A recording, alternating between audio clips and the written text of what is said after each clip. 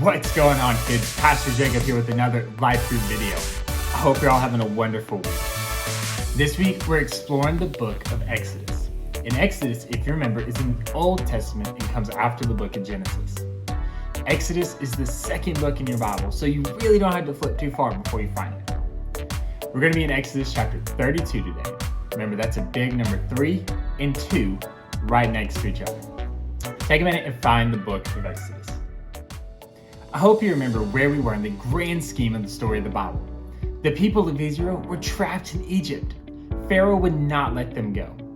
But God used Moses to lead the people out of Egypt, and they narrowly escaped Pharaoh by splitting the Red Sea. Now, God and Moses are leading the people of Israel to the Promised Land. And God had given the people the 10 Commandments. He was showing them how to live a life that honors God. Now, Moses was on top of the mountain talking with God. He had been gone from the people of Israel for quite a few weeks now.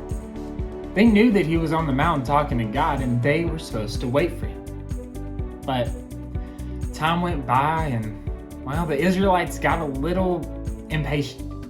It's kind of like when you get really hungry for dinner and your parents tell you just wait a little bit, dinner will be ready in a few minutes. But you wait, and you wait, and you wait, and dinner's still not ready.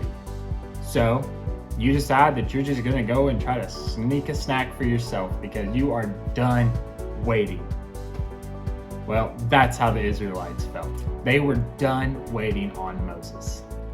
The Israelites went to Moses' brother Aaron, and they told him that they just couldn't wait on Moses anymore. They didn't know where he was, and they needed Aaron to make them a new god. Now, Aaron could have said no, but he didn't. He told the people of Israel to get all their jewelry together, and he melted all of that gold jewelry down and made a golden calf out of it. The people of Israel believed that this was the God that had led them out of Egypt, not the one true God. Oh, kids, this was not good at all. On the mountain, God knew what was happening. He knew what the people were doing at the bottom of the mountain, and he told Moses that he was angry with them. And he had Moses go back down the mountain. Moses didn't really know what was going on yet, but when he reached the bottom and he saw what the people had done, they had made a fake God.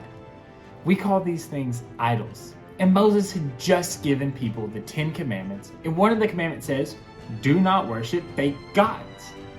Moses was so mad, he threw the 10 Commandments right on the ground. Moses had the golden calf destroyed, and he got on to all the people of Israel. He told them that they knew better.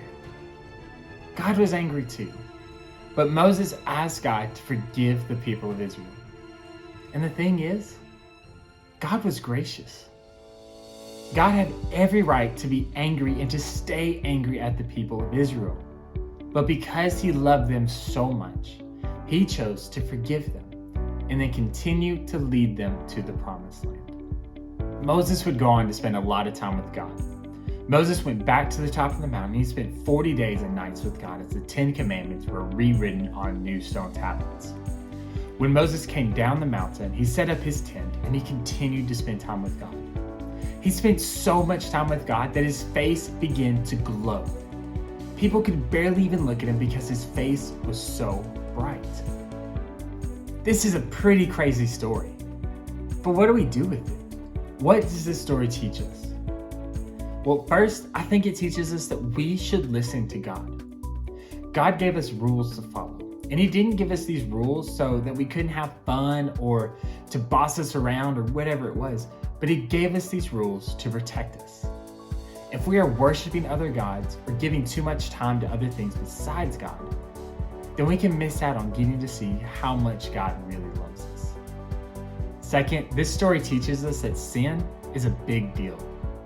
God was mad, really mad, and he had every right to be mad at the people.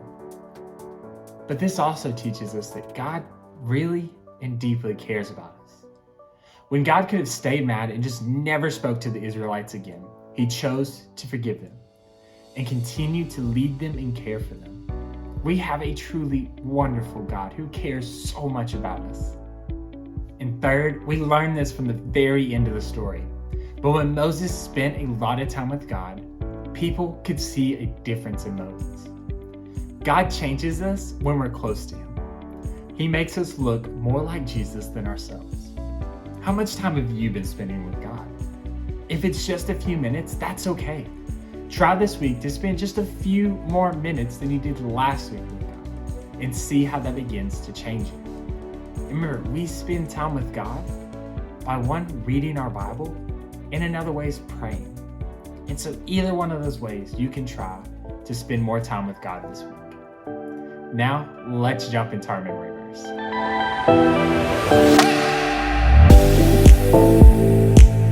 It's memory verse time. Do you all remember what book of the Bible our memory verse is in for the month of January? Our memory verse is in the book of Joshua, and it is in chapter 22, verse 5. Joshua is in the Old Testament and comes after the book of Deuteronomy and before the book of Judges. Take a minute and find Joshua 22, verse 5. Okay, remember, this is a longer verse, so we're going to practice our verse together and we're going to go pretty slow. You ready?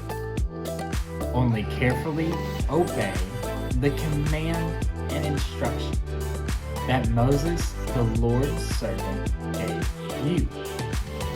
To love the Lord your God, walk in his ways, keep his commands, and be loyal to him.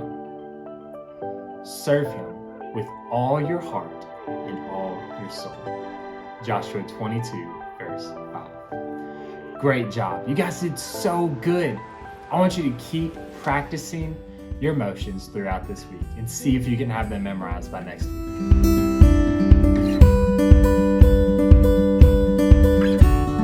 It's craft time.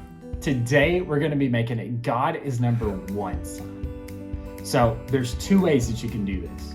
You can either print out the hand sign that is on the church's website under the kids ministry page, or you can trace your own hand holding up the number one. Pick whichever you want to do, then grab some glue or tape, some markers, and then a craft stick or anything else that you want to decorate your hand with.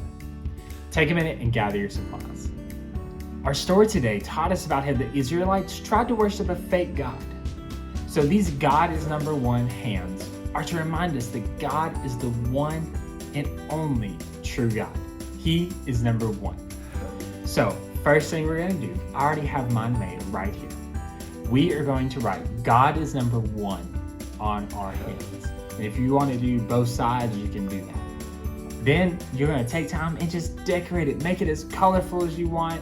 Make your hand as big as you want. If you want to just draw a giant hand, whatever you want to do. If you want the glitter on it, decorate it to make it look super cool, make it look super fun. And then you can always have your God is number one sign to remind you there is only one true God. I hope you all have a great time making your crafts, and I can't wait to continue to explore the Bible with you all next week. See you. Bye.